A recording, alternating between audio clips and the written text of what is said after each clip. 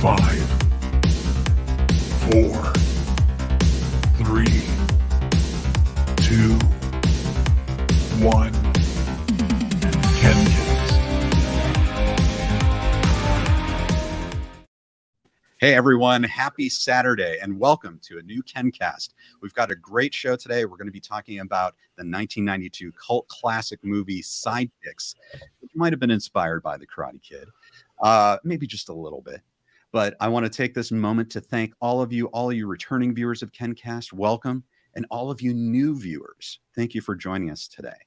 Now, joining our live discussion, when we talk today, go ahead and put your messages in the chat, and we'll try to get to as many comments as we can. But joining us in our live chat today, it's a very special day. We have both hosts of the Last Row podcast, and I'm going to introduce them now. First, you'll remember Drew Rohally. He's the frequent guest on KenCast, voluminous knowledge of movie history and wonderful thoughts on everything that you love from the 80s, 90s, aughts, and today. And then also his co-host, Badway, from the Last Row podcast. Badway, it is an honor to have you here today. It's really an honor to have you both. How was your week going? Have you seen any amazing movies? Wow. Well, I watched Sidekicks. Sidekicks, again. you know, yeah. I had a chance to watch Sidekicks again, and I can't complain about that. This is the first time I've ever been honored to have had. So thank you, thank you very much, Ken. hey, it's a pleasure. And everyone, we'll go through some quick news, then we'll get into Sidekicks. I hope some of you who knew about this KenCast had an opportunity to watch Sidekicks. If not, I bet right after this you are going to go find that movie and try to watch it. But first, let's get into news. KenCast News. All right, guys. Hey, I got to be honest with you. This is kind of a light week for news. We've gone through a lot of news, so we're just gonna kind of step through a few things. Okay, first, an interview with William Christopher Ford that was slated to be released yesterday is releasing tomorrow. We actually decided to split this into two separate videos. The first one tomorrow is going to be all about Karate Kid 3 behind the scenes. Lots of great information. I asked William Christopher Ford if Dennis is going to appear in the Cobra Kai series going forward. So definitely don't miss that. And if you don't know who Dennis is, if you've seen Karate Kid 3, you know Dennis. And so definitely check this out. Let's see what's next. Ooh, okay. So this week, finally, this has been running through the film festival circuit. This is Bigfoot and Me. This is my Bigfoot short comedy that if you enjoy Bigfoot and just kind of that fun idea, I think you might get a kick out of it. I will be releasing it on YouTube this week. So watch out for Bigfoot and Me. Okay. And then, yeah, we'll get to Sidekicks here in just a second. So, guys, Sidekicks. This is a movie. If you could, Badway, if you could set this up for us, like bring us to 1992, and where did this movie come from? What's the environment of this movie? What are your thoughts to prepare the audience for Sidekicks? This movie is brought to us by the dream of a boy, a high school boy, asthmatic, lost his mother, has a hero by the name of Chuck Norris, which is, 1992 Chuck Norris, I feel maybe was, I don't want to call it the downside of his career, but he certainly wasn't in the mainstream eye except for maybe, I don't know, Walker, Texas Ranger. I feel like his movie stardom had passed. Right. But anyway. And that's one thing too, is for a lot of people watching now, they might not even really care about Chuck Norris or know who he is or anything. But this guy was huge. This guy was a huge action movie star. So if you want me to run through the plot real quick. So like I said, Barry, he's an asthmatic kid and he's having trouble with his life. Right. He lives with his father, who is a computer programmer in the greater Texas area. Struggling to get by in life. He's getting bullied. He's got a rough school life. He's daydreaming. His only source of enjoyment is really fantasizing about being with Chuck Norris. He wants to be with him, guys. You He gotta has to be with Chuck Don't you want to Norris. be with Chuck Norris? Yeah. I do. He wants So. to Yeah, be with heck him. yeah. He wants to help him. He's fantasizing scenarios, and that's, I mean, really day and night. That's all he thinks about is Chuck Norris. He Same as me. eventually, gets picked on a lot in school, so he decides to learn karate, and then, may or may not have his dreams come true by meeting the great Chuck Norris In a karate tournament. in real life or in further fantasies. Oh, is this movie in his head? I just need to ask you guys. Like, is this know, all in his head? Is it a Oh. dream? I hope not. I'd feel it'd be very sad if it was. It would Yeah. be pretty sad. I totally hope it's real. Absolutely. Hang on. I was going to bring this up because you guys do this amazing podcast called the Last Row Podcast. And it just so happens that you guys did a whole episode on the Last Row Podcast about Sidekicks. And I want to make sure everyone knows this. Last Row Podcast, they do all these movies. They go over all these movies and dive deep into these 80s, 90s, aughts. The movies that you forgot you loved, right? Right, Drew and Badway? Yeah. And Sidekicks is one of these. And everyone should go check this out. You guys were absolutely giddy like doing this. It was like you guys were just in such amazing spirits, so much like high energy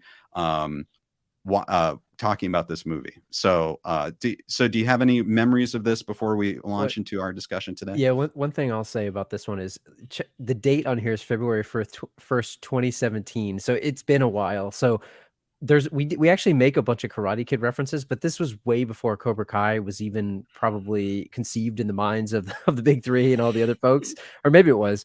But we had some Karate Kid discussion during that, but it's probably dated now. I don't know, but it was interesting at the time where we were kind of comparing some folks, and I think we'll probably get into that today. But I just remember having a blast with this one. I think we had to watch it on YouTube at the time because you could not stream it anywhere. You couldn't. And I think in order to watch this now, you either need stars or you need to speak Spanish, because on the, I think Ken told us the Tubi version of this is in complete Spanish, which is very bizarre, isn't it? Is that a mistake, or was that a calculated move by Tubi? Because I feel like it's got to be a mistake. Yeah, it's those coveted rights to Sidekicks. Apparently, it's like you have to pay top dollar for the English version. Yeah. Is it a Chuck Norris thing, or like I feel bad that this movie can't be shared by more people, because it really is a hidden gem. It really is. And I think when we did it at the time, I think back in 2017, it was one of those things where not a lot of people were talking about that movie, and I knew we liked it. I knew I liked it. Badway and I grew up together, so we watched these things all the time. But it's one of those things where you kind of like, do other people know about this movie? I'm not sure. And I think based on the reception for Twitter, Ken, it seems like there's a lot of fans of this movie, and I'm glad. Yes. Similarly to us Terry Silver enthusiasts, they're out there. So welcome. Yes, welcome to everyone who loved Sidekicks. I think it's another one of those movies where it didn't get too much like buzz, but you find out that everyone's seen it, and especially from that era. If you're from that era, I think you guys said in your show, if you were around in like 1990 to 1992, like that's like the perfect sweet spot for people who know this movie. I do want to mention real quick before we move on about our episode. I just want to get this out in the open. I want to be open and honest with people. Yes. Drew brought up Ralph Macchio, and I was such in Jonathan Brandis mode while recording our podcast that I think I said something about, like, I don't know, either Ralph Macchio sucks or Ralph Macchio couldn't hold a candle to him or whatever. I stand by that, by the way. I'm just going to go ahead. I was playing heel at the time, and I continue to do so. He still is the heel. I'm not backing down from that. Yeah. Even though we all love Ralph Macchio. Brandis was ahead of his time. He was a great actor, and you know what? I can't argue that. I would say that Barry Gabrewski as a character, the acting job was great, but I'm a fan of Macchio. So. Yeah, absolutely. Well, yeah, Badway. Once you get into that Jonathan Brandis orbit, it's kind of tough. Yeah. I didn't really give him the credit at the time, because I thought he was one of those, teen idol. All the girls were going. And I was Tiger like, Beat. Yeah, but really, he was a really good actor, and we obviously miss him now. He unfortunately passed away way too young. So, but at least we can enjoy his performances in movies like Sidekicks. Yeah. There's a comment from Jonathan. Thank you, Jonathan. Speaking of karate, what if Jonathan Brandis instead of Hilary Swank? And this is actually a very interesting point because Sidekicks came out in that time period between Karate Kid 3 and the next Karate Kid. And so it's right in that realm. So this is pre-next Karate Kid, pre-Hilary Swank. And so I don't know, guys, what do you think? This movie kind of really makes overt references to Karate Kid. You could say it was inspired, ripped off. I don't know. What would you say this is a Karate Kid ripoff? I mean, there's a lot of inspiration, I would say. And it's what I think is interesting to this whole thing is that it's actually kind of a nice blend of the Karate Kid movie series and what you maybe see in Cobra Kai now, where it's got a lighter side to it. It definitely didn't shy away from the comedy. I mean, you look at like Mr. Lee was like a drunken version of Mr. Miyagi. You've got the father who's sort of like this deadbeat, not really a deadbeat dad. I would call him on the bad father barometer, maybe in the scumbag or creep hall of fame, just based on the interactions with his teacher. But there's a lot of connections, I think, to the series, and especially you look at Cobra Kai now, the whole skills tournament and the way that they adjusted the All Valley tournament. There's a lot of parallels, and if you're a fan of Cobra Kai, I think you're going to like this movie if you haven't seen it. I recommend you go check it out. It's very funny, and it's a good time. It's got a lot of unique characters too. It's one way to put it. Absolutely, and Chris is letting us know. I watched Sidekicks yesterday on YouTube for free. It is there. Okay.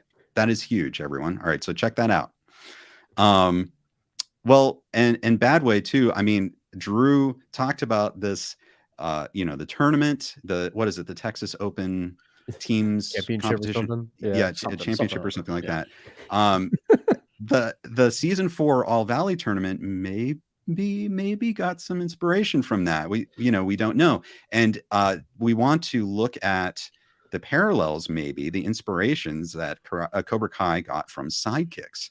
And here, okay, and of course everyone saw the thumbnails up, but so here's a screenshot on the left. This is Jonathan Brandis as Barry from Sidekicks, and on the right is Tanner Buchanan as Robby in Cobra Kai. Now, Badway, I mean, the second I saw Robby in season 1, I thought, man, this character, the casting of Tanner Buchanan, this is an homage to Barry, Jonathan Brandis in Sidekicks. Do anyone in here can disagree with me? But did you ever get that feeling, Badway? I'm gonna half agree with you, half disagree with you, because I feel like you picked the absolute perfect side by side to recognize both of them as equals here, because you got the hair, you got the smirk, the jacket, the undershirt, like it's all there. Right. They both have a similar look, but there's a slight difference. If you look at them, there's a certain pipsqueak aura surrounding Jonathan Brandis, and then you see the confidence on the right there for Robby, right? And I feel like Brandis is the ultimate underdog, whereas Robby, not so much an underdog throughout. Yeah, underdog in life based on the hand that he was dealt, and similar to Jonathan Brandis, but we never feel that Robby's in any kind of physical danger. Whereas Jonathan Brandis, after 3 weeks of karate, I feel like he'd be way in over his head if he actually had to fight somebody in one of those tournaments. I got you. That's a really good point. So Barry is way more vulnerable. He's whereas Robby's just kind of he's going to be okay. And he wears it on his face, and I think that's kind of him as an actor, Jonathan Brandis. Yeah. And it's a good thing. But no, I certainly see. I agree with you in that I feel like they may have cultivated this look kind of really much in homage. Like it very well could have been. Come on. Right. That haircut is like straight out of 1992. And I'm not complaining about it. Do kids today have that haircut? I don't know. I feel like maybe not. Mostly not. I think it was definitely intentional.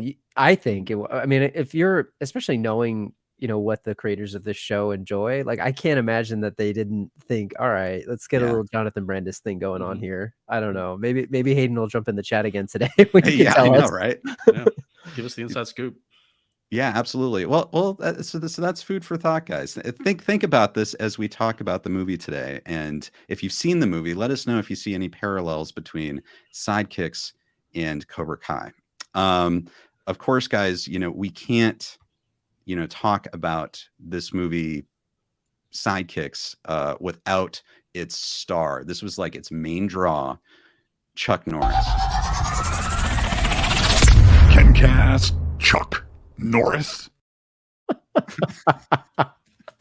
Well it never done. gets old. Well done. I'm gonna spit my drink out. I'm like imagining you recording that like somewhere, and like I wish I had a video of that. As the sound recording was much more exciting, I promise you that. Well, guys, so we've before we get into, should we just like watch the trailer or something together? You Okay. got to set it up for people that haven't seen it. Badway did such an amazing job describing the story of this, and then we can supplement that with the trailer. And I'm going to bring it up here, I hope. I want to shout out real quick Bill Camper shouting out Stepfather 2, Make Way for Daddy. Oh man, the Stepfather 2. That's a deep cut, Bill. That's the deepest of cuts. Yeah, that's awesome. Oh, awesome.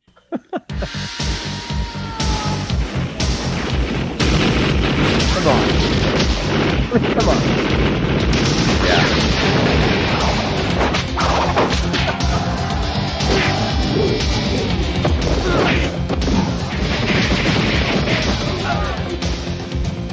Thanks, Barry. Thanks for helping me out again. That's all right, Chuck. That's what sidekicks are for. I've had talks with him about the daydreams. He's made up this world where he can be, Chuck Norris? he says they're sidekicks, but they do things together. Barry is only a winner in his dreams. So where's your friend Chucky now, retard? Now, there's someone I want you and your dad to meet. But hope is coming his way. That is your first lesson. You must always be ready. I will help you learn what you want to know. You will work with these an hour each day. If you make a mistake, they will sting you.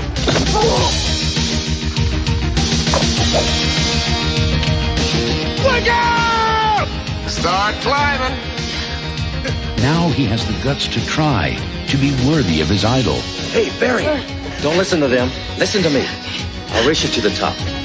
I can't. Who the hell is he talking to? You can do it, Barry!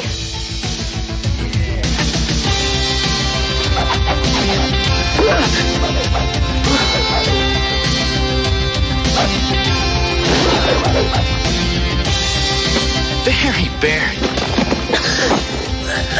We always seem to meet this way. It's not going to be so easy this time. Do you want a real shot at me? Karate tournament? If you're not too chicken. Why don't you just quit now to avoid the embarrassment? His hero is about to step out of his fantasies Hi, I'm Chuck Norris. and fight at his side. Why don't you and I go win this thing, huh? A dreamer, a champion, an unbeatable team. Sidekicks. I have so many thoughts. Oh my god. Just play the whole movie for us. Jeez. I mean, the trailer was the whole movie. We got to do a watch along. We should watch it along with the audience sometime. Yeah, absolutely. I know. And that was from a time when trailers were really long and substantial and gave you the entire story of the movie. Yeah. Yeah. I got to tell you, like, the thing about this movie, and I'm on record of saying this, and I'm just going to say it here. I'm going to sound like my old man self, and Bowie's going to call me out on it, but God, they don't make them like they used to. They don't. I'm dating myself, but they do not make them like they used to. Trailers, movies, like that. It's just a good movie. Just go watch it if you haven't seen it. You'll enjoy it. You're just not as young as you used to. That's No, why. I'm not. But I mean, come on, can they make this movie today? They can't. Like, it wouldn't work, but it's okay. Like, they try to make them, but then people will just be like, "This is garbage," and it's a piece of 1992 or the 90s. It's an era It's just movie. good, and it's great. I recommend you all watch it. I know, and it's really true. Even the way it's shot, like Badway and I were talking about beforehand, like if you look at those dream sequences in this movie, it's not by any means a high budget movie for 1992, but the way it's shot, it's good. It's very filmic. It's better than a lot of stuff today. You know, they really don't make them like they used to, I don't think. I think, it's funny too, like, as I was watching this, and my brother and I used to watch this movie like all the time. I'm pretty sure I wore it out like on the VHS, but Right. Like there's so many iconic lines, like the scene of the guy from Night Court, the gym teacher going, Yes. wake up. Like I used to yell that at my brother to wake him up. And it's like there's just all of these ridiculous iconic scenes and moments. And like I anyway, sorry, I could go on forever. Yeah. I'll stop. To this day, I use the line, "What do you say you and I go win this thing?" to anybody. Yeah. If I'm playing someone in a lawn game, if I'm playing a video game, pick up basketball, and they don't know what I'm talking about, whoever it may be. Only Drew would know, and a couple Only other me. people. What do you say you and I go win this thing? And they're like, what? I was like, let's just go. Iconic. Oh, absolutely. And we've got already in that trailer, you can see probably a lot of elements from the Karate Kid, right? You've got Barry, Jonathan Brandis in the sort of the Daniel type role. You've got Mr. Lee, who is essentially the Mr. Miyagi, maybe a Mr. Miyagi who you don't know whether you can trust his lessons. He's kind of I don't know. He's a different sort of Dollar teacher, store Miyagi. He's something else. He's something. A drunken Miyagi, maybe. Not Yeah, Stanley. exactly. With strange remedies, we'll get to that in a minute too. And then also, of course, Badway, I'm going to throw this to you. We have a character called Kelly Stone, who's the antagonist. And I don't know, would you say he's kind of like Kreese? Well, we don't see him physically abuse the children, so that's nice. So that's one big difference. He's got that going for him. Between him and Kreese. Yeah, he doesn't physically attack the kids, so that's nice. But yeah, I feel like he's a lot of talk, like Kreese is, but Kreese can back up a lot of it. We don't see Stone back a lot of his junk talk up, do we? No. Was he in Vietnam? I doubt it. I don't know what he's done. No. Where did he train? Where the heck did he train?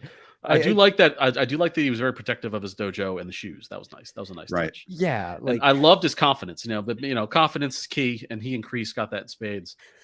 But yeah, I very much think that they modeled that character after Kreese, just as far as the bravado and the confidence and the whole tough guy persona of the scary karate instructor.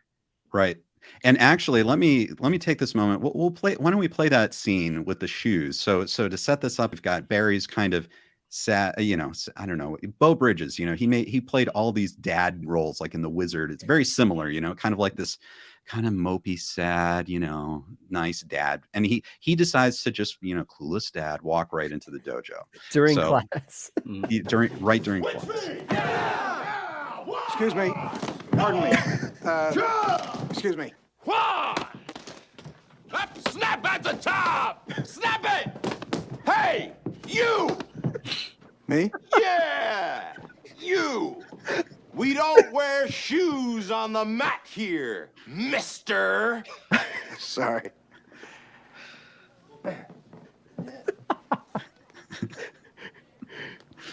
Like the placement of the sign there.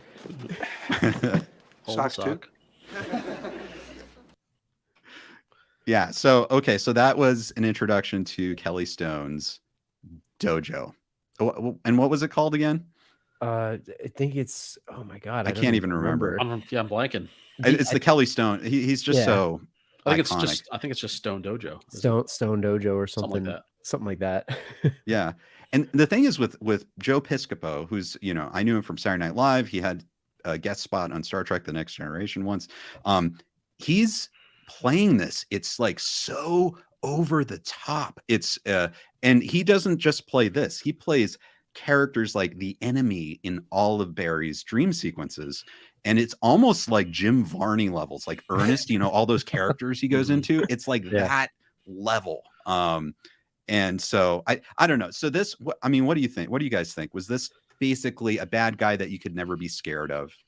I think they set it up that way. And it's funny, I always talk about Terry Silver here, and I think you guys know that, but to tie it back to Karate Kid 3, like, whereas people said that, oh, Terry Silver's so comical, he's over the top. Like, not really. This is comical, and this is over the top. Terry Silver was scary. Like, you're right. This guy, I think Jim Varney's a really good analogy, Ken. Like, it's very, very comedic and cartoony. Like, when you're talking about a cartoony villain, I immediately think of Kelly Stone. And I think he's hilarious. And you couldn't have probably cast a better actor to play Kelly Stone in this, because I just feel like his I don't know, the way that he carries himself, his emotions, his animations, like his faces, and just some of the way that he just overreacts to stuff. Like I don't know, maybe Kreese would have had that dad executed for stepping on the mat there or something, whereas Stone's just gonna rip into him. But I think Stone is awesome. He's such a great villain and character here. Oh, absolutely. And I actually have another clip, guys, where we can see this is a very famous clip here with when Barry and his dad, played by Beau Bridges, go in, and right after that scene, Barry wants to learn karate.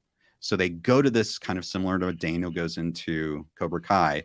Barry goes into here and says, "Hey, are you as good as Chuck Norris?" And then let's see what Kelly Stone does here. But you're almost as good as Chuck Norris.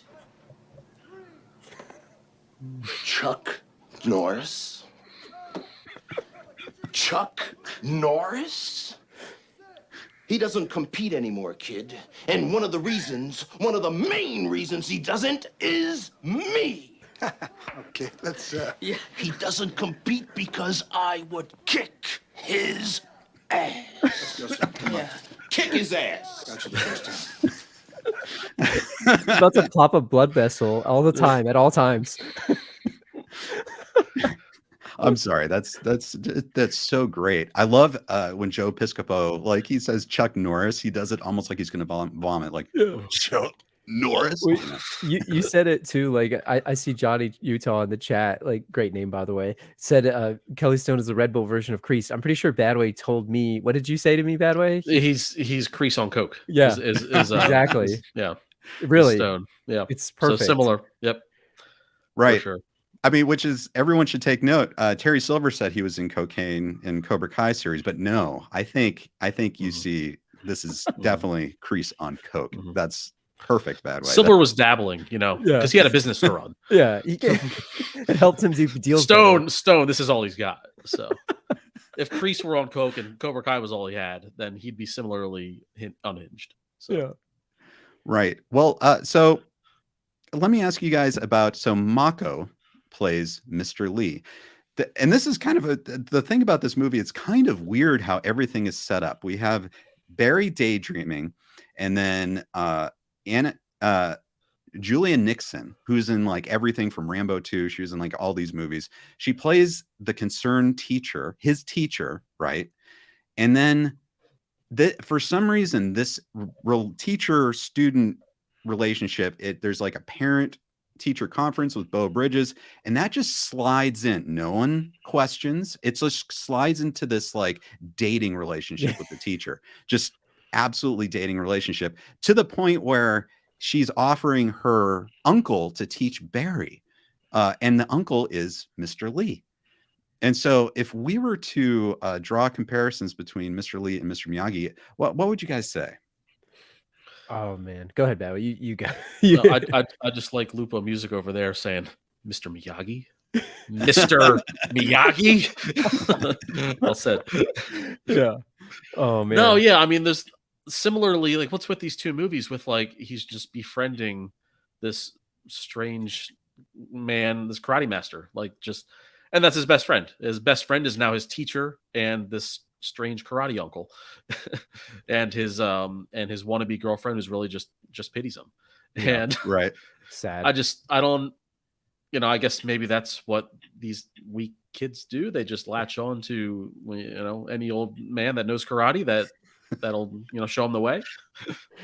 I mean, Miyagi had, dude, Daniel, that is one of my all-time favorite scenes in any movie ever. Yeah. Jumping out behind a cardboard cutout of yourself, which is incredible after someone thought you were dead.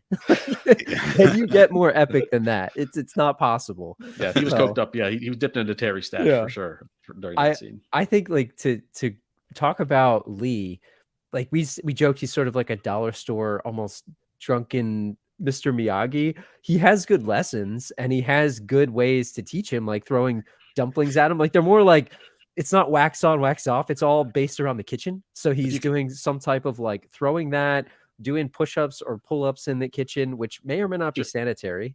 Is this the original Patches O'Hooligan from it is. Dodgeball? Dodge a wrench, you can dodge a ball. If you can dodge a dumpling, you You dodge a Yeah. punch. Is this what this is? It's a dodgeball parallel. It's And- like it is. You and- nailed it. Let me ask you guys: was he giving this kid alcohol to Yes. cure his asthma? Yeah, I think he was. was. Was it booze? It was I feel like it was absinthe. booze, wasn't it? We joked Yeah. about it, right? Like it was absinthe or something because the dad thought there was a sewage leak or something. He opens the window. It's pretty All of a bad. sudden, Barry's loose and he's breathing fine and like, I don't know.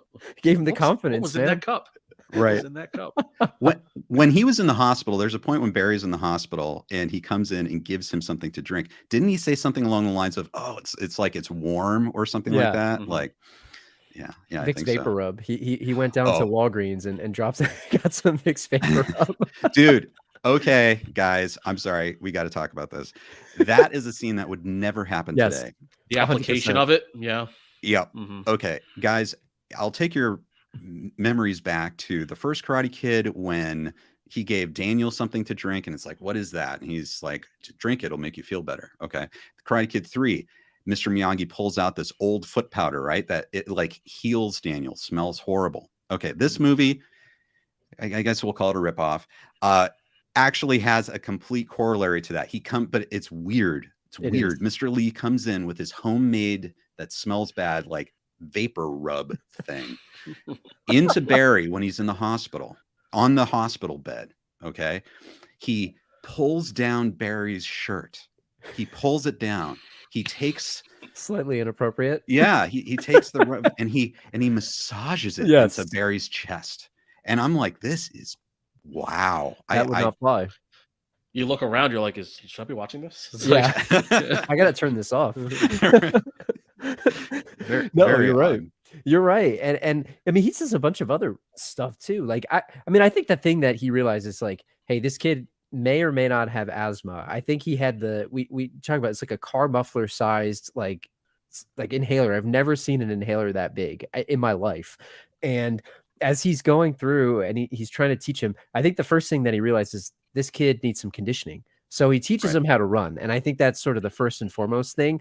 Instead of trying to teach him how to do all kinds of katas and all kinds of karate moves and all that stuff, it's like, all right, this kid needs some lung capacity. So that was smart. And he's tailing him behind in the van, the Frying Dragon van, which I wonder how much that would go for. I know the used car market's really high right now, but that's a pretty sweet car. And I think that was a smart move of him to teach him how to run first, give him some lung capacity, making him walk to school, makes him run to school. You know, I think that was smart. And then he got into the martial arts. Okay, so he's making him run, and Barry's handicap for everyone who hasn't seen this is that he has asthma.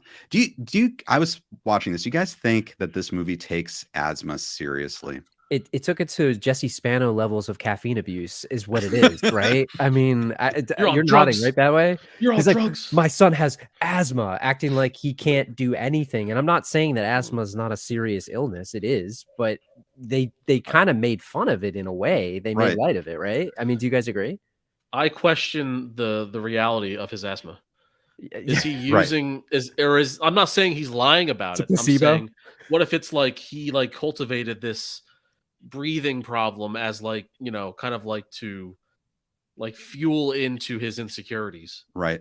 I don't know. I got that feeling throughout the movie because by the end of his lessons, like he kind of like ditched the inhaler where it's like, I feel like his instructor knew it too. And he kind of like, once he, you know, got out and active and was able to do physical things, you know what, I can breathe. You know, I feel like maybe it was a mental hurdle. Well, during the hospital scene, doesn't the doctor be like, "Oh, his lungs aren't scarred. He's fine. Like he's good." Like because he had that breakdown. He had a like you joked, Ken. Like it's like a comedic type asthma attack. It wasn't comedic. It wasn't funny, but like it was that Jesse Spano levels of caffeine abuse, to say that again, because Winnie Cooper turned him down and he was like really upset. So he went into this crazy attack, and then he landed himself in the hospital, and then he got rubbed down by Mr. Lee, and you know the rest is history.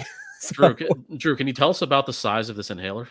Yeah, I mean, it's like the size of a car muffler. It's huge. I've never seen one that big in my life, and I think we joked about it on the episode that we did. But it's like got 6 parts to it too, so that it's impossible to put together after he breaks it apart. It just, I don't know. I mean, it just seems like they don't take asthma very seriously. But in the 90s, I guess everything was sort of over the top and after school special style of whatever they were talking about. So Right. I also want to bring this in. Dude says he, just a wild tidbit, but I actually met Chuck back in '93, awesome. Virginia. So right around the time this movie came out, he was there to sign autographs and promote Sidekicks. Waited 4 hours to shake his hand. He was a nice guy and very patient. I thanked him for an autograph poster, shook his hand, and his response was, "You betcha, pal." That's You know what? Not that anybody questioned the validity of the story, but the quote of "You betcha, pal." Yeah. That's like 100% something Chuck Norris would say. Yeah. That's that is We know we met him. absolutely what I expected him to say. You betcha, pal. yeah. Well, and that's one thing when I was wondering when watching this movie is all the lines that Chuck Norris has. Like he is like a saint, obviously, in this movie. Like everything he says is perfect. It's so kind. Like just, of course, it's like Mrs. Chen comes in and she's like, "Can I talk to you, Chuck?" He's never seen her before, but he's like, "Excuse me, everyone. I have to talk with her." So do you guys think that this is Chuck Norris? Like if you met him in real life, would he basically say the perfect things all the time? I have a thought on this. So I don't know if you guys know who directed this movie. This movie was directed by his brother, Aaron Norris, who also directed a bunch of other stuff. And I'm not saying that this is a Steven Seagal situation where he's making the movie into like making himself look extra cool and extra badass. But maybe I've heard good things about Chuck, but I'm not going to say there wasn't a bias going on, right, Badway? We don't need to write a Jonathan Brandis vehicle to make Chuck Norris look good. Look at his face. He's such a kind face, like just man. Not saying nothing. Look at his eyes. He's got kind eyes. Yeah, he does. Just kindness all about him. He does. And Ken, to your point about him stopping, he was in a conversation with 10 other people, right? And then Julia came across and she was like, "Hey, excuse me, Chuck, can you please compete with us in our karate tournament? I know it's weird."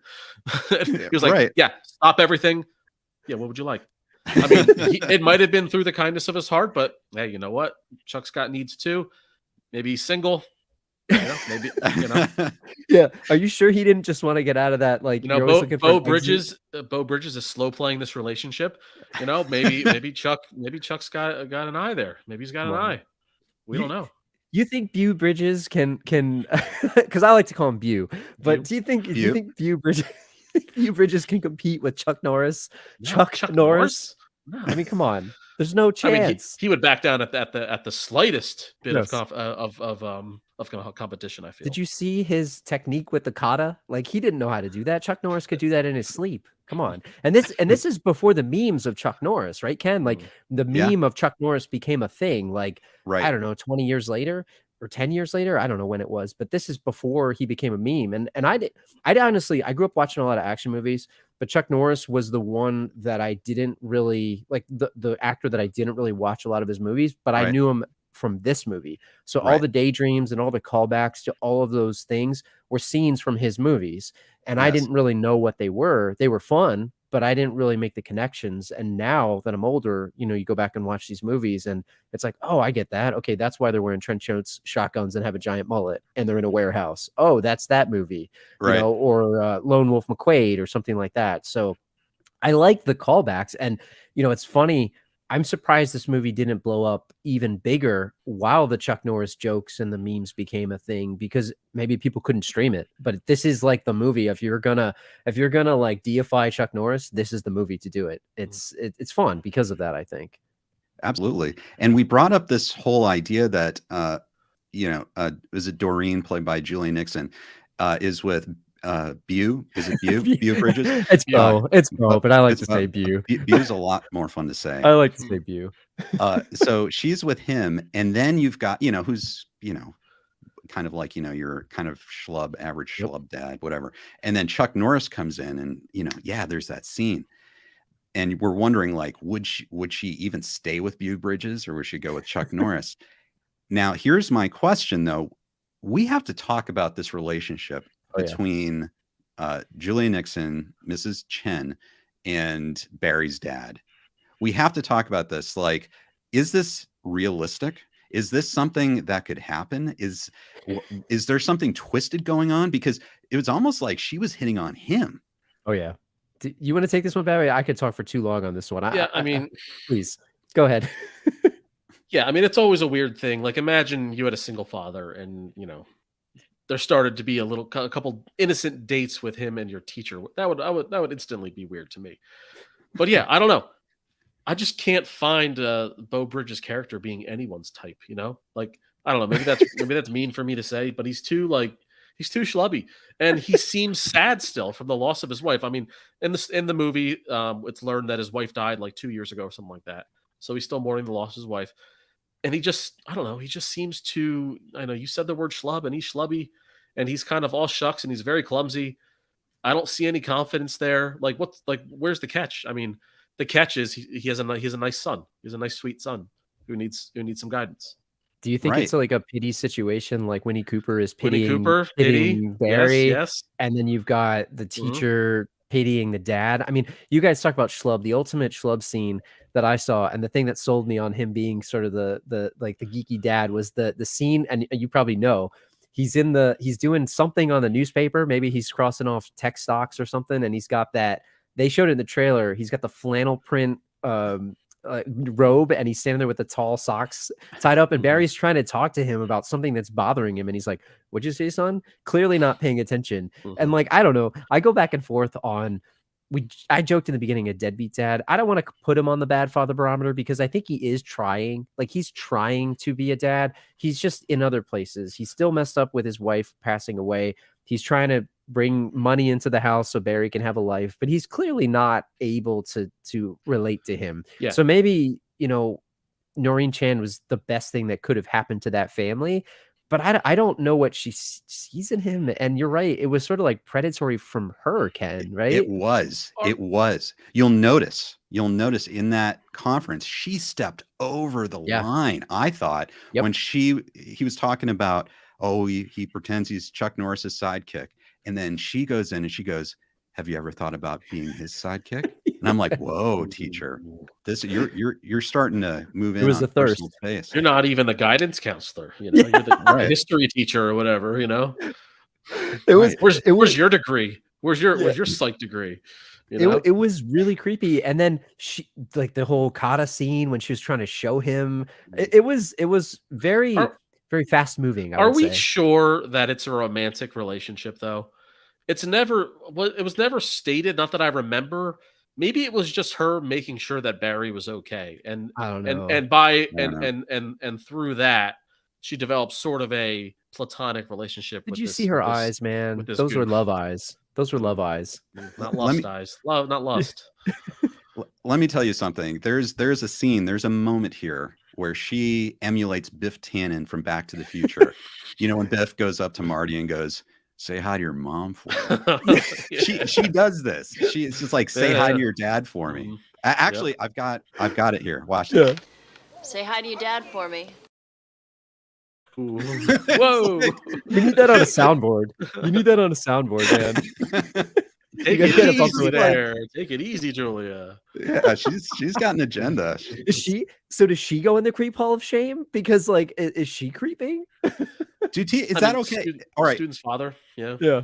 If we have teachers in the chat right now, is this okay? Is it okay for teachers to move in on the parents of students? I don't know that. I don't know if it is or not, but I guess like legally it is, but ethically probably not. Only, I don't know. only if the parent is a widow, not a divorcee. Yeah.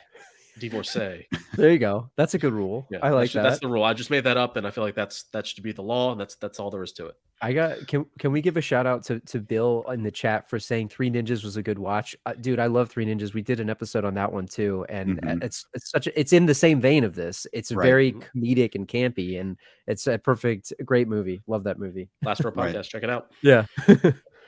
Shameless plug. Yeah. There you go. There were a lot of that. That was also early 90s. That was almost the same year, right? So there was like a flood of these. Yeah. Karate was hot. Yeah. The martial arts scene and the way that they worked it into movies, because there's a whole series of Three Ninjas movies. I've only seen a couple of them, but then there was this. There's a bunch of other movies that fall into that category. It was very Surf hot. Ninjas. Surf Ninjas, which I absolutely want to do on our show sometime. Surf Ninjas is an incredible movie. Incredible. Yes, it is. Yeah. Peter from Cobra Hey, Kai Peter. podcast. How you doing, Peter? Says Ken is pointing out that I am pointing that out. Sorry, I accidentally clicked on the last one. Thank you. I was going to say it's probably better for teachers to hit on parents than students. Gotta And agree with that. True story. I totally agree with that. I will raise you one weird level on this though, because in all of Barry's dream fantasies, he is dreaming about saving his teacher Yeah. until Danica McKellar, Winnie. Or Winnie Cooper. That's Yeah, how we know her. Winnie Cooper. Yeah. Until he decides he likes her and is hitting on her, then the teacher is replaced by Winnie, which is weird to me. Yeah. So is he upset at his dad for hitting on his teacher because that was his first love? Like I think it's a weird scenario there, because you're right. And even like the bad guys in his first sets of daydreams, they didn't have faces until he met the antagonist. So after he met Stone, who I gotta also say this, I'm pretty sure back in 2017 I kept calling him Lee Stone, which is not correct. So I'm gonna do like He looks like a Lee. Yeah, however many years later, I'm doing a correction because I can't go back and edit it. But Kelly Stone, he became the face of the main villain then, which was kind of interesting. So as he met Winnie Cooper, like you said, she became his love interest. So yeah, a little weird. He was, I mean, I guess there's a lot of guys, when you're growing up, you have a crush on your teacher, but Right. Absolutely. maybe he's mad at his dad for moving in on his teacher there. Absolutely. Now, Johnny Utah says we find out in Karate Kid season 4 that Daniel's mom dated his history teacher, which I guess I didn't even catch that. I didn't even realize that. yeah, there was there was that line that said, forgot about it was kind of weird, but I got an A or something like that. So I'll just call it that. That is in Cobra Kai. I'll just call that as a reference to Sidekicks. Yeah, there you go. We'll just do that. Stuart Rip Young off. says, I teach privately. Less There you go. complicated." Stewart knows so- what's going on. He knows what's up. So there's also in one of these dates is at the Chinese restaurant, which was it her Chinese restaurant? It was her parents? family's, and I think Right. they said that her mom passed away after her dad, or it was, I don't remember who passed away first, and then they brought in Mr. Lee to run it because she couldn't do everything. So it's a family restaurant, I believe. Okay. So they're having a quasi date in that restaurant. And then all of a sudden the biker gang from Pee-wee's Big Adventure comes in. It was Yep. exactly them, Same wasn't guys, it? right? Hey, Henry. And then that has to be like it's almost surreal. So you have those bikers there, and then Mr. Lee comes in and solves the situation. Do you guys have any? This is the first time we see Mr. Lee do his stuff. I loved his technique. I mean, he went in sort of like this bumbling like guy, although a little stereotypical, which maybe again wouldn't fly today. Right. But it was kind of like not cool. But he came in kind of funny, and he was jumping around, dumping. I was a hot soup, I believe, on the guy's crotch, bumping into guys. Like I love that scene. I thought it was hilarious. And then you got Bo, don't call him Bew Bridges, under the table hiding like the dad that we think he would, right? So I love that scene. It's like iconic to me, especially that main biker from Pee-wee's Big Adventure. It's another great movie. Little drunken master there, but Yeah. little weak. I feel like these bikers, they didn't bring the fight all that much, or maybe they were too drunk to fight and they just needed a little nudge. But I feel like we still didn't see the full-on skills of Mako there. So I don't know. I feel like we never truly got the sense of what he was capable of throughout the movie. Right. That's true. Yeah, I want to see him like in an actual fight, because all he did was he broke bricks. I mean, he's good at that. He showed some moves. Got techniques. I mean, he's been in a lot of great movies too, but he didn't really show it. You're right. Not They even a didn't really. fight, but like maybe just like a self-defense, like get a guy off me kind of thing. Yeah, That'd have been nice to see. They weren't going for that, I guess. I mean, he's No. just breaking bricks in his apron, which is that. I mean, that's pretty boss. If you're gonna just roll up from the restaurant, walk onto the mat, and do that, that's pretty good. But you're right. He didn't really showcase his moves, and but that scene, he kind of hid them. He showed them like behind the scenes of he was taking these guys out one by one, like to tie back to your question. But maybe we could have seen a little bit more violence, I guess. But maybe PG, they're not going to show it. I was going to ask you guys if you thought that was the reason for it, because it does seem like the movie kind of sidesteps like fight potential for fight scenes. Yeah, like, but I'll counter that with the tremendous amount of gunplay in those fantasy scenes. Yeah, right. Even though they're shooting objects and like they're not shooting bodies, like they're shooting barrels onto guys, not actually bullets in bodies. But still, like just the sight of a sawed-off shotgun in a PG movie is kind of shocking. In the trench coats and all that stuff. Yeah. I mean, Right. it's a callback from the movie, but Yeah. you're right. I mean, it's interesting though, because even during the tournament, they don't really show much sparring outside of the adults. Like they weren't showing like, I mean, I guess they did, but the kata was where they showed more of the younger people. And Right. I think you may be right in that they showed it maybe intentionally to not be violent or kind of sidestep around it a little bit. It's an interesting point that you bring up. Right. And so I guess we can talk about that competition. So basically we go to the end competition, and I am wondering if this whole competition in a way sort of inspired the season 4 All Valley, where it's a team competition, and you have, not just fighting, but you have forms, you have weapons demonstrations, and really that's what happens here. They show up last minute, day of, apparently planning on registering, just, hey, I'm at the tournament, I'm going to register right now. Risky And then move. totally risky move. And then the guy who, man, yeah, he was, I think you guys mentioned this in your podcast. I mean, the guy's pretty douchey, and he's like, Talk yeah. about villain skill. It's villain skill. Villain skill, that guy. It's villain skill, that guy. Talk about hateable. Oh man. And he didn't stop even when Chuck Norris came, and said, I'm going to compete with these guys. He's still kind of douchey. But See, if that was Steven Seagal, I think he'd have punched him out. I don't know. Chuck's too nice. I think Steven Seagal would have like given him one of these, and made him flinch. Yeah, or bash his head into the table kind of thing. That's what Steven Seagal would do. Right. And so what'd you guys think of this climactic tournament just overall? Because it's split up into all these different things. Did you think it was cool? Do you wish there was more fighting, or do you think it was a good balance? I think it was iconic. I don't know. What do you think, Badway? Yeah, no, I it's what I remember most about the movie, other than the flashback scenes. Just what the countless views as a kid. But I did enjoy all the categories. I wish that we saw, and I think a lot of people who see this movie might feel this way. We never saw the showdown between Barry and Cellini. Yeah. Ooh. We never saw like the face-off. Like the brick breaking was not satisfying to me as a face-off while they were feuding the whole movie. Right. Yeah. And I know that we needed to see the spar between Chuck and Piscopo, but and I know the flaming bricks is a very iconic scene, and I don't regret that scene, but we feel like we needed that payoff of them sparring against each other, especially as how they set it up, right? Because Cellini slams in on his desk the thing, and he's like, you know what? Get me here, buddy. Like let's face off. You want to test? Let's test each other. And it's like you're thinking, all right, man, let's see the fight. Let's see what all this training's been about. And it was not that. And the whole movie, Cellini had been the aggressor towards Barry. He was able to pick the event. Like I feel like he was afraid of him, because let's be honest, Barry had been training for what, a month, maybe? Yeah, we don't know. Maybe a month. Right. Cellini's been in Stone's dojo for who knows how long. And Cellini was getting his ass kicked at the gym, with Barry with no training. So I feel like right. he probably thought, hey, you know what?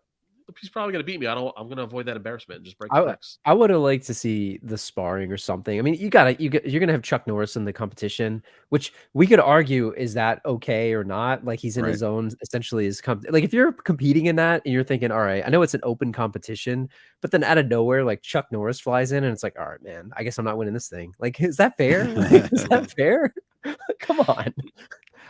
He's someone you can't say no to, though. Yeah. Like, how can you say? Even if it's not fair, people would enjoy losing to him, I think. So it's like, oh man, I fought Chuck Norris. I lost, but at least I got to fight him. Absolutely. Now, Aaron throws in this. Speaking of competition, this reminds me that Daniel cheated in Karate Kid 3. When he used kata in a fighting tournament, he should have been disqualified. Yes. Screw Machio. Justice for Barnes. Hashtag justice for Barnes. Machio sucks. Right. Now, speaking of Johnny Lawrence and Cellini, let's talk about Cellini for a second. Okay.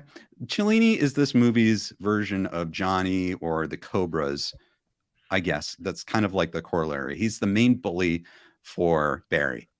Now, I'll be honest.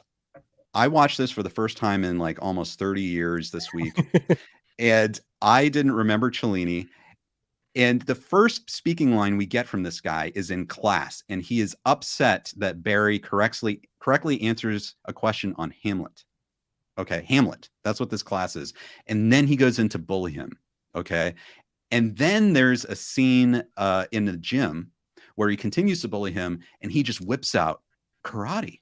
And I'm like, what? Like, he can fight? You know That what I mean? escalated quickly. Yeah. In fact, hang on. Let's. I think I've got it right here. Yeah. Here. So this will set up Cellini here. Hey, it's Barry Wary.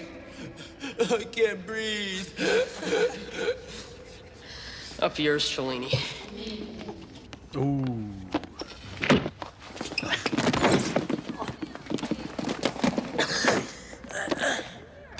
Barry, we always seem to meet this way. By the way, what'd you say to me? I said it's not gonna be so easy this time. Okay. So, and then they get into a fight and they're like, and I'm like, what? And then like, we finally get to the end and I'm like, was he in Kelly Stone's class? And so I went back and looked and like, there's just like a wide shot where you barely see the character. And I'm like, oh, so I was kind of confused, but yes, he is part of Kelly Stone's class. And I'd just like to get your guys' thoughts on this. Maybe Badway. What do you think of Cellini just as like a bully? Is he a Johnny Lawrence clone? Is he his own thing? Like, is he iconic in his own way? Tell me your thoughts on Cellini. Well, he's an A+ trash talker. Let me tell you, A+ trash talker. I love it. Classic bully, all-time trash talking bully, but just flat out could not back it up. Like I said, when Barry started kicking his ass there in the gym, Barry had been training for like 2 weeks. He's just 2 weeks of training, just wiped away maybe the year plus, maybe multiple years of Stone Dojo. And maybe Stone's not a great teacher, and we just don't know. I mean, it's no Cobra Kai. Let's just admit it. But yeah, as far as trash talk and putting down, innocent kids and picking on asthmatics, sure, yeah, he's an A+ bully. But when it comes to fighting, I feel like I could kick his ass. I barely get up off the couch. It's like his trash talk was pretty good, and the scenes of him in the classroom when he's like bullying him, it's just a callback to what is it, Michael DeLuise from Encino Man, when he's like he goes into the frame and he's like, when he's like was it Sean Astin is like looking at the girl he has a crush on. It's like a classic scene. I mean, as a bully, he's not very effective, is he? Like, he doesn't really do much. Like, he talks. I mean, he obviously the emotional trauma is pretty good, right. But yeah, it's the classic. It's the classic. A bully's a bully until you stand up to him. So, but that came a lot earlier in this movie than we typically find out. And I'm proud of Barry for doing it, because think about a lot of these things, you wouldn't see it, where it's he's getting his butt kicked the whole time. He's like, no, you're going to bust out karate. I do think that was slightly inappropriate, when he did that. But I guess what is Stone teaching him? He just whips out. I think the first thing he does is it's like a roundhouse kick or like a Liu Kang, like bicycle kick. Right. Yeah. He goes all out at him. Like, let me tell you though, Johnny had to do that because after that fight was the first time that Winnie Cooper saw him as anything other than just a pity friend. Yeah. She asked him out on a date. She did right after that. What are you doing, Barry? I'm going to the zoo with my weird teacher and her weird uncle. Those are my two best friends. You want to come? this drunken restaurateur. What are you doing on Saturday? I'm going to the zoo with my teacher and her weird uncle. Yeah, I think this movie, that switch made me realize that girls just don't like losers, I guess. No, it's very accurate in that regard. Now, here's Aaron. He says, he was worse than Johnny Lawrence, I think. Johnny only reacted to Daniel's aggression. The only time you could say it's true bullying is when they throw him from the hill. Yeah, I gotta agree with that.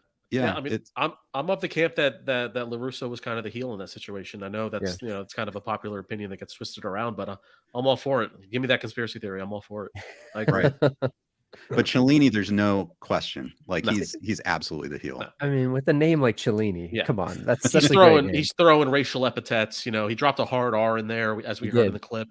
Yeah, making fun of his asthma. It's low. They're low blows. Yeah. Classic bully low blows. That whole pity though, he says like she doesn't like you, she pities you. That really struck Barry deeply. And like when he found out it was true, like, oh my god, I hurt. I was like, oh my god. He went to the hospital because of that. That put him in the hospital when he found out that was true. So, I shouldn't laugh, but it's true. It's kind of funny. The next in the context of the movie. Yeah. So you're absolutely right, Drew. So in this movie, Cellini goes and slams that flyer down, says, "You want a shot at me? Here, compete with me, compete against me in the tournament." And of course, they never actually fight. No. But they do the brick, smashing bricks, that competition. That's what they do against each other. And I want to pull up a video from that, because this is an iconic scene, and I think this is yet another influence on the Cobra Kai series. You're going to watch two scenes back to back. Here's Barry. Flaming bricks from Mr. Lee. Cheating. Yes, we need to talk about the cheating. Good music, though. Oh, yeah. Good This is Alan music, Silvestri. This whole movie, great music.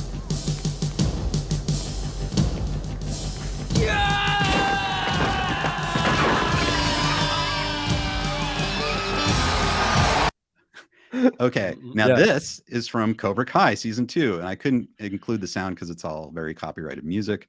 But look at this, and you tell me if this is not directly inspired by Sidekicks. Oh yeah, that's it. That is totally directly inspired by Sidekicks. We have to ask the big Peter, if you're here, if you ever get to ask them, or Ken, if you ever get to ask them, I definitely want to know, like, is it inspired? Because it has to be. It's so much the same thing.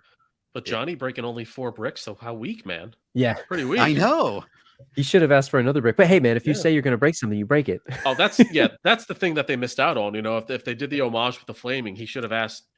He's asking. He should have like brick. One more. But now, Badway, you were saying though that's cheating. I'm no scientist, right? I mean, I don't know here nor there, but that's got to weaken the structure, doesn't it? You did extensive research, didn't you? Like, I'm pretty sure. So that was 5 years ago. I don't remember what I did 5 minutes ago. We've got to update the science. But no, when we did our episode, I was trying to talk to Badway about the notes, and he was like off on some YouTube rabbit hole watching people breaking bricks, like flaming bricks, and what weakens the integrity of the structure. And I gotta tell you, I don't think that's legal. Should be disqualified. Well, here's the thing: if it's not in the rule book that you can't do it, it's true. Then it's pure showmanship, and then Cellini should have done it too. He didn't think of it. He asked for another brick. It's showmanship. I mean, I'd rather see a man break flaming bricks than non-flaming bricks. So while it's not necessarily cheating, it certainly makes it easier. But hey, if you thought of it, good for you. I don't know. I think it's cheating personally. I was just absolutely stunned that number one, a teacher would come on with lighter fluid and then light it up. And then number two, everyone was cool with it. The judge did nothing. Like it's a very shoddy operation. When you go to like these weird restaurants and you see people just squirting like gas on the fire, it's like that's not a safe way to do that. Maybe there's it clearly doesn't have the rules and regulations of the All Valley. That's just clear as day. No. And I'll also point out that this competition actually has live announcers. Like they're like commentating on everything, and they say nothing about the flaming bricks. No, I thought it was funny that they were like making fun of certain competitors while there were like a stack of donuts on their table.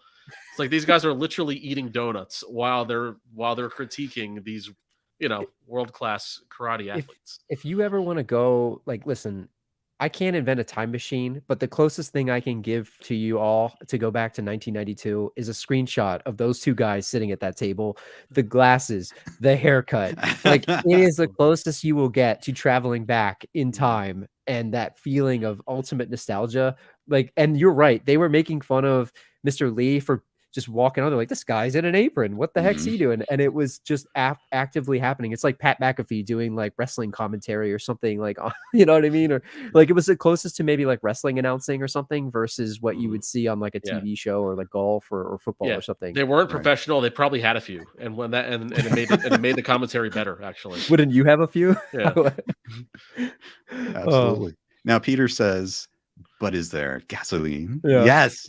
Mr. Lee was the gasoline for the bricks. Mr. Lee is like, I am lighter fluid. Exactly. Blink Stays Fresh is going to say, without Sidekicks, there would be no Cobra Kai. It's true. We're saying that. It's definitely inspired. It has to be. It's so, especially with the comedic aspects of it and how it sort of takes itself seriously, but it doesn't. It's such an homage to it, and I love it. So, okay, guys. let me know if you have time for this, but what would you think about doing a villain scale on We Kelly could. Stone? We could if you go guys for it. want to. We did not get to do it back on our old episode, so let's go. Yeah, let All me right. bring it up here quick. You guys talk about. I got to bring up the notes here. I gotta Okay, get the- so Badway, Kelly Stone, do you think he qualifies to be rated on the villain scale? Absolutely. Yeah. Yes. Because he's clear far and above the main antagonist of the movie. I feel like more so than Cellini. I mean, Cellini's more of a henchman bully. Obviously, he's a student of the master.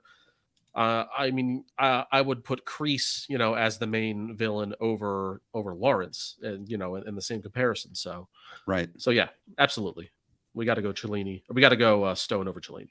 Yeah. Now, as So- Drew, oh, go ahead, Drew. No, go ahead, Ken. You go. I was going to say, as you bring this up, is this particular movie complicated by the fact that we see him act as a villain in all of these daydreams? That's basically a different character in each daydream. Does that complicate things, or does that matter? I think we have to take it into account. It's certainly a consideration. And I know we've talked about this like in the past, like who is the true villain, like you were saying. You could talk about Cellini, but I think he's more of a bully. I know Barry's maybe the main antagonist, but at the end of the day, Chuck Norris is the one who does the fight. So let me ask a philosophical question. Is the villain only as formidable as in the eyes of the protagonist? That's true. So That's true. If Barry sees him as this big bad, then maybe we should view him as such too. Yeah, that's true. That's true. Well, I have it ready here, and you guys let me know when you're ready, and I can give people the overview. Absolutely. And Jonathan Haynes asks, who's better, Kelly Stone or Kreese? Did we rate Kreese on the New We did Year's? it. We did, and I have the notes somewhere. I got to find them. We did. So Jonathan, if we ever find the notes, we will, after this, we'll be able to tell you who's better or who's more of a villain. Well, scientifically, we'll be able to tell, but Yeah. really, Yeah. I mean, gut feeling, Kreese is better. Yeah. Kreese is definitely better. But sometimes the science doesn't add up. I mean, If Kreese is going to let a man fall into a pit of snakes, I don't know if Stone has the stones to let that happen. So. Well said. Well said. Yeah, so if you are new and you're watching this, we have on the Last Row podcast, we have a villain scale, and we need to find a way to scientifically rate these villains against one another. We've got a lot of villains on our show. We need to know, how does Richie Madonna from Out for Justice or Shang Tsung from Mortal Kombat go up against like the Penguin from Batman Returns? So we've got this patented villain scale that we created, and there's 4 major categories, and there's a scale of 1 to 5. We don't really do half points anymore. It overcomplicates it. So we'll just kind of go with single points here. But the first category is look and style. So do they have a special like outfit? What's their look like? The second one is their hideout or their lair. So where is their base of operations, and what are they doing? Where are they operating from? And then the third category is their plan. So how are they trying to dominate the movie or the characters or whatever in there? And then we also have a category for their henchmen. So what's their muscle like? What are they working with? I think we're going to eliminate the bonus category for now, because there's a secret thing that I'm working on that I'll give your audience a sneak peek to. I'm working on some really cool trading cards for this, and that's all I'll say for now, but we'll reveal it at a later date. And if you like the X-Men cards from back in the 90s, you can stay tuned to our social media. You'll see something in the coming weeks here, but that's how we're going to do that. And it overcomplicates it to have the bonus category. So it's selfishly. So And very interesting. And as a reference, Jonathan in the chat, is Terry Silver better than Stone? As a reference to this whole villain scale thing, I believe Terry Silver got a 19 out of 20. So he did. He's all time in the Last Row universe, the highest rated to date villain. Besides the Superstorm from the Day After Superstorm, Tomorrow, which got a perfect 20. How are you going to compete with that? But that's got an asterisk. It's got an asterisk Quaid. because it's a Superstorm. It's not. So let's start with look and style. What do you guys think about? That was a funny comment. That was awesome. Thanks, Stuart. That's awesome. What do you think about Stone's look and style? I'll throw it over to whoever you got. Ken, wants go to start. for it. Well, okay. He has a very standard, I guess he's got the black gi. He carries himself. I think how he carries himself, he's got like that mullet thing.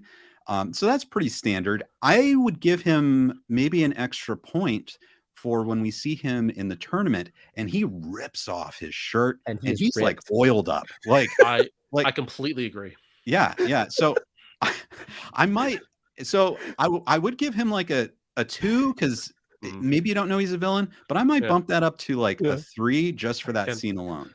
That's what I would say. He had the 2, but the 2 just slid right off his chest because he was so greased up. Turned it into a 3. Dude. Have you ever seen a greasier man in your life?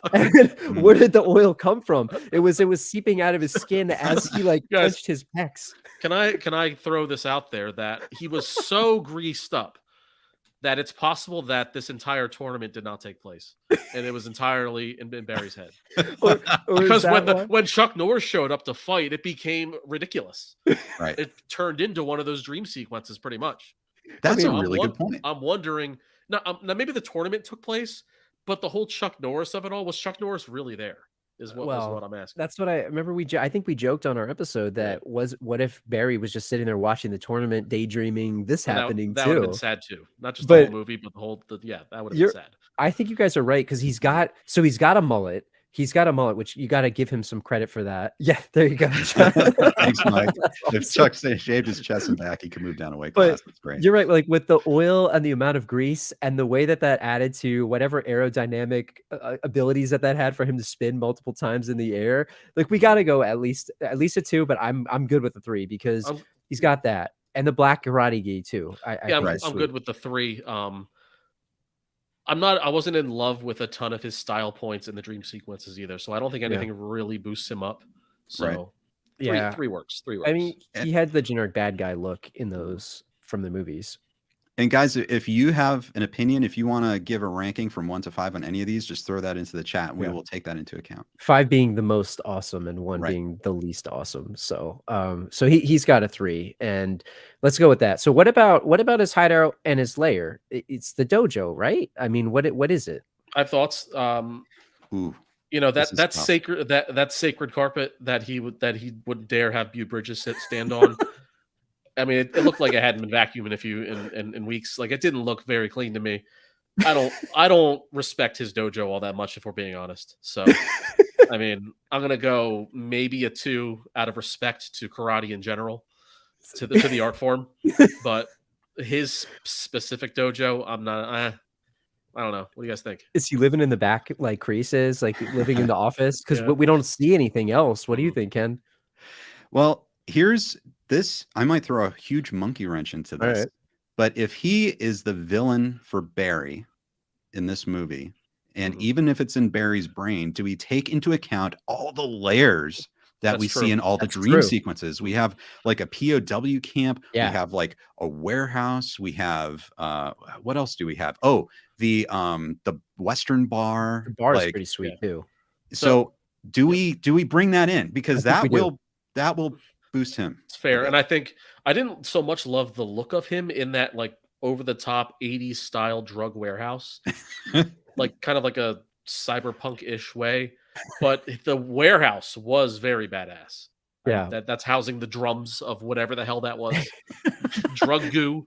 It was like bubble gum or something. Like I don't know what the PG version, right? In any like rated R movie, that's going to be like cocaine or heroin or something like that. But you're right; they had like bubble gum and candy, and like I think there was piñatas and stuff, right? But the first one, even though it wasn't him, he had the Shaolin mask on. Oh yeah. Yep. That. Right. When you've got a guy you got her tied up, like it looked like the Mortal Kombat scene from when they were doing the tournament and all of that with Shang Tsung, which was awesome. So I think I got to be honest with you guys. I think he should get a good rating here because he's living in Barry's head rent free in these amazing hideouts. I kind of want to go 3. What do you guys think? I'm fine with a 3.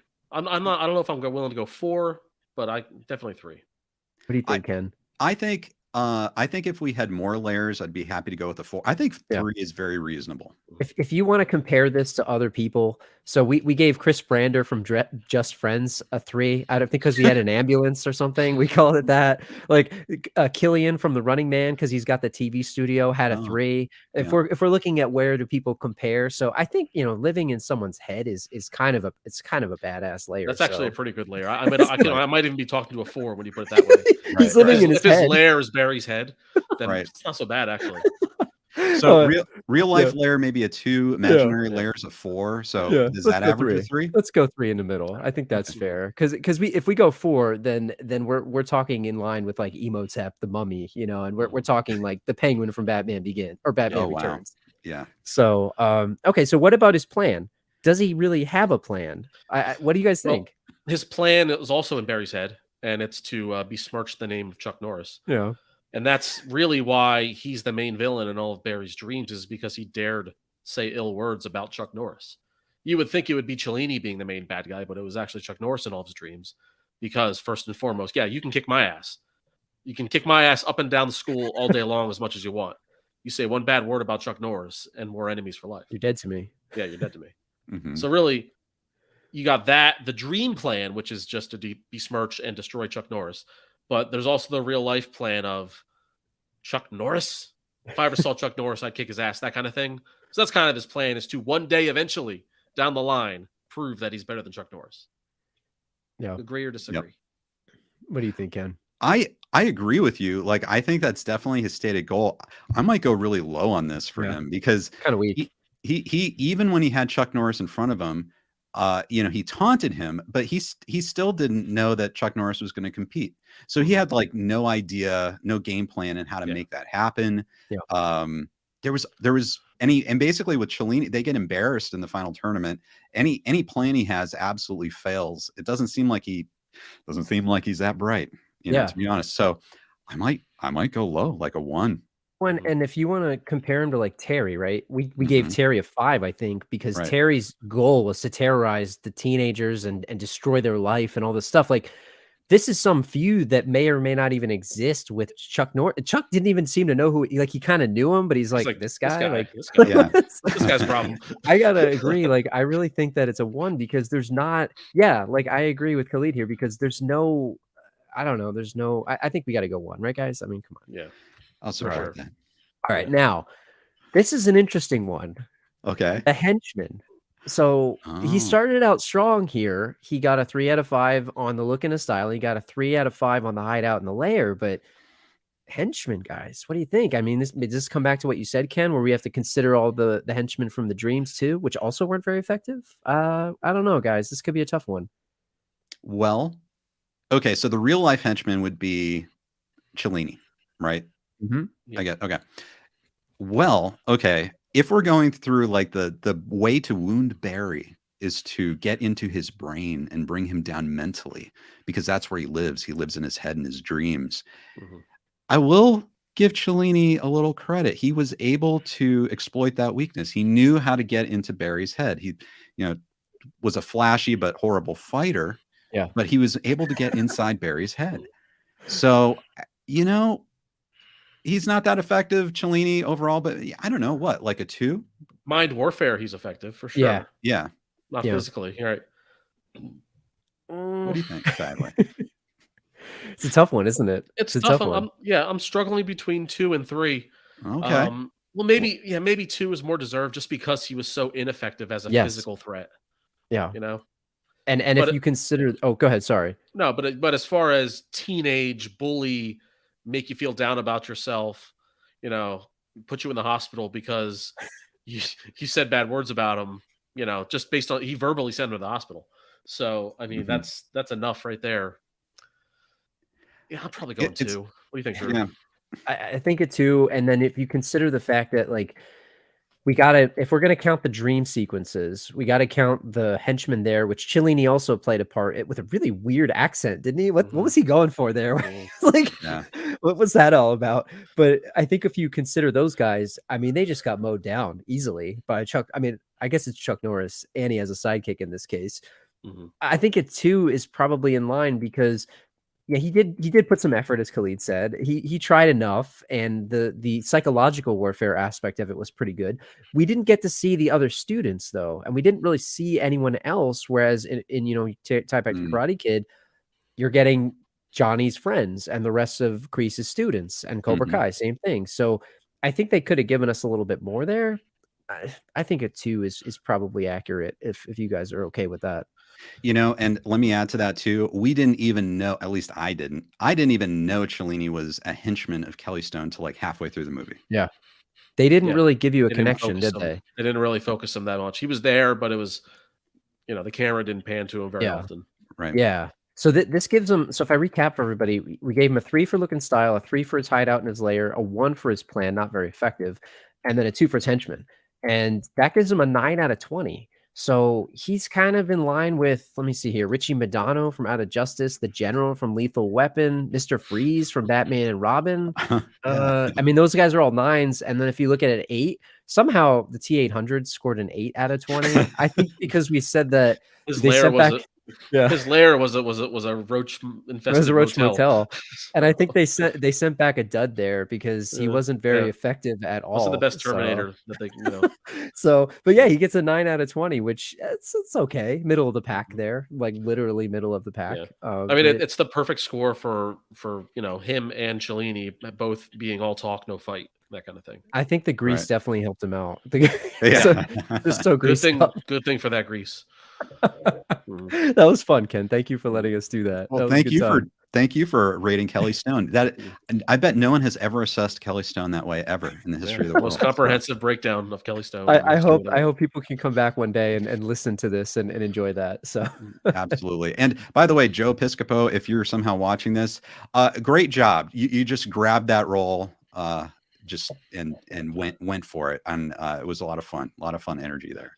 I got to say that I didn't even know who Joe Piscopo was when I first watched this, like way back when, because I was too young for SNL days. So I just thought he was some kind of like crazy actor. Like I had no idea that he actually was a comedic performer, and that's kind of the base for the character. I just thought he was, that's strange for an action movie. I don't think you could have cast a better person in that role, honestly. Like maybe you could, but and I agree with you. I watched SNL, but I didn't watch I guess I didn't make the connection even when I went back to older episodes, but he was so perfect and he was awesome. And I kind of knew when I went back to SNL, I'm like, oh, that's Kelly Stone. It's like, no, it's actually Joe Piscopo, but he was perfect. So funny. And he did a great job acting. So hopefully he sees this one day. Absolutely. And also people have been talking about this connection between Cobra Kai and Sidekicks. And I think in the chat I've been watching, there's this discussion about how could Chuck Norris appear in Cobra Kai. And Aaron says, what if they bring Chuck Norris as a Vietnam good war veteran, unlike Kreese and Silver, who are bad, of course? Like, is that who we need to beat Terry Silver? You got to bring in Chuck Norris. I mean, Chuck Norris could come in there and say, "Hey, I was there with those guys. That's not how it went down at all. How they're describing it. I've seen it. They were both cowards. I don't know what they're talking about." I think it would be cool to have Chuck in the series. I mean, I don't know. I know Chuck was popular for a very long period of time, but you don't see too much of him these days. I know, I don't know if it's when Walker Texas Ranger went off. I know that was very popular. Right. And the most reason why I kind of know him, I saw some of his movies more recently, but it would be cool to get him in. I think he was in Expendables, right? I believe. I can't remember if he was in the second one. Yeah. Yeah, and that was cool because I think that was like one of the first things he was in a while at that point. So it would be cool to see him in. I think it was kind of a surprise too. Like he wasn't I think he was like an extended cameo type of thing. Yeah, which was cool. But I would love to see him in the Cobra Kai series. I think that would be cool, especially what Aaron said about the Vietnam aspect of it. I think that's a good way to bring him in. Absolutely.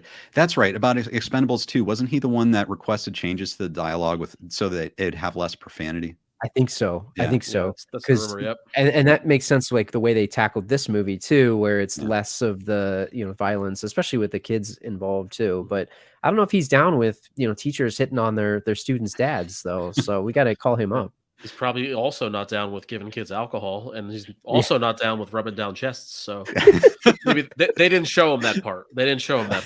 I like the idea that as the movie went on, Barry got drunker and drunker, and like that's why the hallucinations got crazier, and he turned him into an alcoholic like Mr. Lee, which is which we got to give credit to Mako or Mako. I don't know how to pronounce it, but he's awesome in this. He was great. I love Mr. Lee.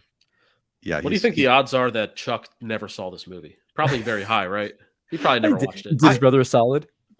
I think he probably saw it. I think just for that reason that his brother directed it, and I'm sure it was like I'm sure it was like his brother wanted to show him and stuff like that. So that you know what, I think Aaron Norris did a number of Chuck Norris movies, and I liked some of the style of this. Yeah, So, I thought it was great. I mean, yeah. look, this is like the type of movie that is right up our alley, right? I mean, all three of us. Like Mhm.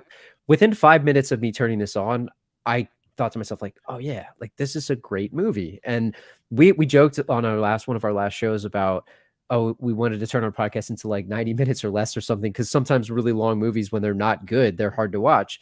This thing was a breeze. It was a pleasure to watch. I was enjoying it the whole time, and I'd watch it again today if I had time. That's how fun it was. It's a great movie. If you haven't seen this and you're watching this stream, you should go check it out as soon as you can. It's a fun movie. And so there might be a not so great version on YouTube, but it's free. There's a Spanish version on Tubi. And then there's like a full actual HD version on Stars right now. So if you have Stars or you want to sign up for a free trial on Stars, you can actually watch it. And I don't think it's been released on Blu-ray or anything like that. No, So, I would own it right now. I feel if it was on Blu-ray. There's a VHS copy, and it's going for like $50 on Amazon or something. And when we did our show, we watched, I believe it's the same YouTube stream back in 2017, and we were worried that if we talked about it too much at that time, that it was going to get taken down. And clearly, nothing happened. So I'm so glad that it's still there for people who get to experience this movie. All 37 of our listeners, they didn't. Exactly.